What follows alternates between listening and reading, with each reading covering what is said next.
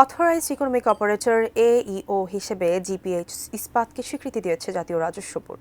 সম্প্রতি জাতীয় রাজস্ব বোর্ডের মাল্টিপারপাস হলে আয়োজিত বাংলাদেশ কাস্টমসের আধুনিকায়ন এবং কাস্টমস স্ট্র্যাটেজিক প্ল্যান 2024-28 অ্যাসাইকুডা ওয়ার্ল্ড সিস্টেমে AEO মডিউল সংযোজন এবং এক্সপোর্ট ইম্পোর্ট হাবের উদ্বোধন অনুষ্ঠানে এই স্বীকৃতি দেওয়া হয়।